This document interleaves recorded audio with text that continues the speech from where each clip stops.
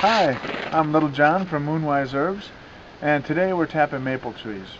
It's early March in Wisconsin, and the sap should start flowing really soon. We've been lucky enough to make connections in the neighborhood. This is our neighbor's tree, and it's a very large silver maple. Um, Actually, earlier I pulled out my diameter tape and measured the tree. The tape actually, for every 3.14 inches, equals 1 inch of diameter across the tree. So for every 10 inches of diameter, we can put in one tap. This tree is actually 52 inches in diameter, and we could put 5 taps in, but we're just going to put in one. Once again, this is our neighbor's tree, so we don't really need to stress out our neighbor's tree, and we're not in the business of high production maple syrup. We're really grateful to our neighbor and the other connections that we've made with our maple syruping project. We call it the Urban Sugarin Project. In the city here where we live, of 50,000 people, we've made a few friends, and we've tapped several trees in residential areas. And we also let them know that when we're done tapping the trees at the end of the season, we give them a little bit of the syrup. It keeps them coming back for more and allowing us to have the permission to tap more trees. So that being said, I've already put in a couple taps on this tree. We're going to put in the last one. I've got my bit and brace. This is old school here. No electricity needed, no batteries. So what I want to do is I also want to look at where I've tapped in the past. And there's a hole there. It's pretty well scarred up already, which is good. There's probably another hole around here as well. So I want to stay 2 inches away from where I've tapped in the past, because that scar is really going to be a dead zone where the sap won't flow as much as the other areas of the bark. So, and the sapwood. So what I'm going to do now is, once I've found the one spot, this looks like a nice flat area right here. I'm also looking to make sure that I'm right in line with one of the sap highways in the tree. The large branches that flow up, that's the way the sap is going to flow. So I am going to start drilling right here. And when I drill, I want to drill slightly upward, a bit of an angle. And you notice I have a black piece of tape on my drill bit. That's so I know just how far I want to go in. This drill bit is a 7/16 drill bit. I'm going to keep moving while I'm pulling this sawdust out. Oh, there we go. I cleaned it out pretty well. You have to go in a little bit more to get a couple bits of sawdust out. Like I was saying, it's a 7/16 drill bit, and that will accommodate this spile. Now this spile here is something we picked up at the local farm and fleet store, and what we'll do is we're going to pound it in this hole. One last little bit of stuff in there.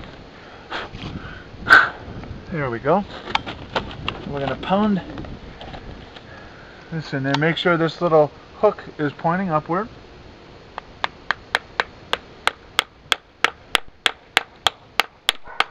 There we go.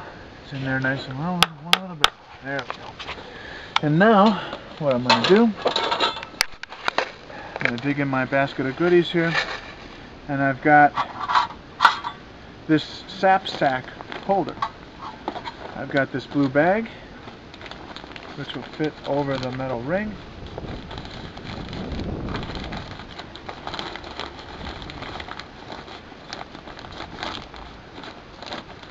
Definitely want to make sure it's evenly folded over the edge of this ring, and that it's hooked in very well because it's a sad day when you come up to your tree and you found that your bag has fallen through and all your sap has spilled on the ground. So you can see the grooves in this. What I'm going to do now, let's slide this in place, pull it down and hook it in place, and this little hole here will fit right there. And now we're ready to start collecting sap from this spot. We've tapped this tree 3 times, and we have plenty of other trees to tap in other neighborhoods and people's homes, so stay tuned and you'll see the next part of the process. On our second stop here, we're at another site where we like to tap trees. It's a local cemetery. Pretty quiet, not a lot of people come here to disturb our equipment, and we've got permission from the sexton, the guy in charge of the cemetery, and the residents here don't seem to mind either.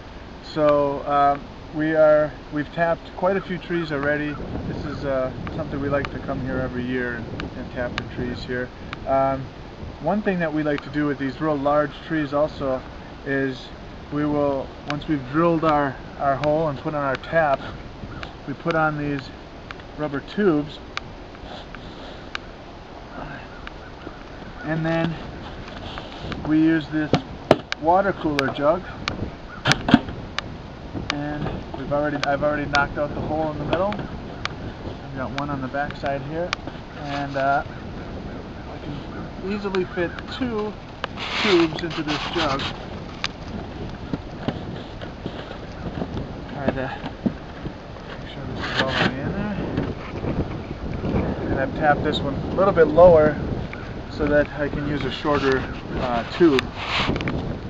And this jug will hold quite a bit more sap than the blue bags that we've put on other trees. So some of these large trees really do produce quite a bit of sap.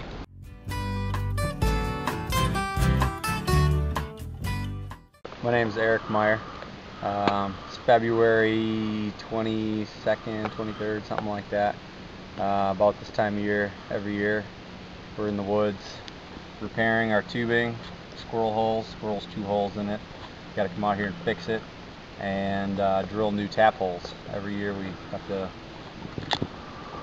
come out here and start all over again. So what we do first when we get to the trees is we got to find the old tap holes. I don't know if you can see it or not, but you don't want to tap in the same line. See the holes right there? You don't want to tap in the same line. The tree won't produce sap in that little strip right there. So what you do is to keep track of our tap holes, we usually find them and then go a couple inches over. So find them, put the tubing. You don't want the tubing down low like this, because then sap can collect in there and bacteria can grow. So you want it to flow downhill. All these tubes connect into these black main lines, they're called, and the entire woods flows downhill to a 1,000-gallon tank in the bottom of this woods, and then the woods on the other side of the hill, everything over there flows into a 1,000-gallon tank over there. Everything gets pumped to the sugar house over here and pumped into these big tanks outside, and then cooked inside the sugar house. So first thing we do is find our place we're going to tap, a couple inches over. The taps that we're using are newer taps. They've got valves in them that close. When the tree starts at night, the tree will push the sap down below the ground. So what it does is it pulls the valve closed, so the tree's own suction won't pull sap back out of the lines back into the tree, preventing bacteria from getting into the tap holes. It's somewhat new technology. So we have to tap at a little bit of an angle down. Old taps that didn't have the valves, you would tap at an angle like this, and the sap would just flow out. There was no valve or anything, so the trees would suck sap back in. So this new technology, we kind of angle it down. Go about 1 3/4 inches into the tree, 1.5 inches-ish. And this isn't the actual tap. This connects onto the tap. The tap, I don't know if you can see, it's kind of dark. Tap has a little ball valve in it. Can you see that on there? So what I do is blow any sawdust or wood shavings out of the hole. Kind of stick it in there, and you don't want to tap it in too far because it'll ruin the tap. You hear the change, the sound, it's kind of click, click, click, thump. Then you put this on there on the end and just give it one good tap and just check it to make sure it's tight. This whole system is under vacuum. There's a vacuum pump, basically the same kind they use in dairies. It's connected to all this tubing. It puts vacuum on everything, and what that does is the trees don't have to fight gravity. Pretty much when they're pushing sap up this vein of the tree, it flows out easier. It doesn't suck sap from the tree, but the tree is able to push it out easier, and ultimately we collect more sap that way. Maple sugar, maple candy, maple syrup is just dandy. You'll get as much on you as down your neck, but what the heck? Nothing's neater, nothing's sweeter. Shove it in your mouth and neater. Hey, it's maple sugar time in old Quebec. Mother Nature's a good day. You can see the sap is dripping right now, and nice and sunny out, freezing at night. That's just what we want. And to streamline our operation here, I just take this cap off and put it right here into an empty one.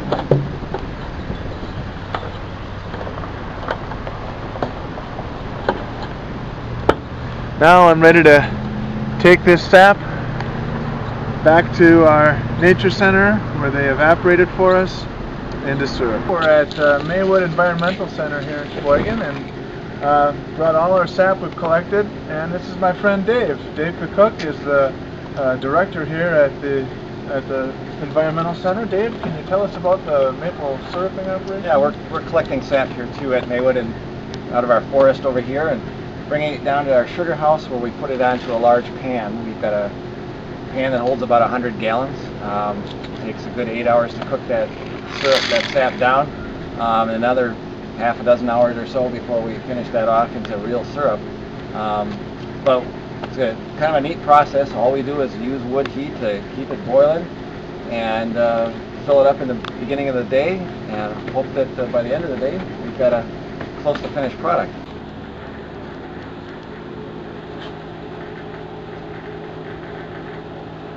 And let's see what the fire looks like. Right now, nothing in there hardly fire. We just restarted it. Okay, we got our syrup from the Nature Center, and now it's time to start canning it up. Heat it up on the stove, ladle it into hot jars, and then we'll be putting it up for the rest of the year. This year, 2011, we collected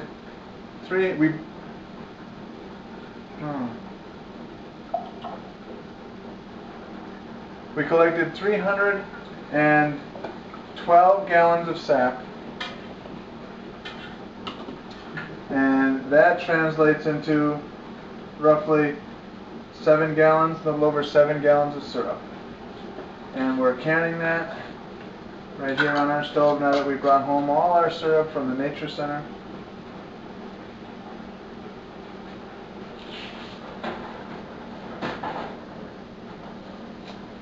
And put the lid on it and let it boil for 5 to 10 minutes to seal it, and we're good. We'll have syrup all the rest of the year, and maybe have some to share with our friends. Thanks for watching.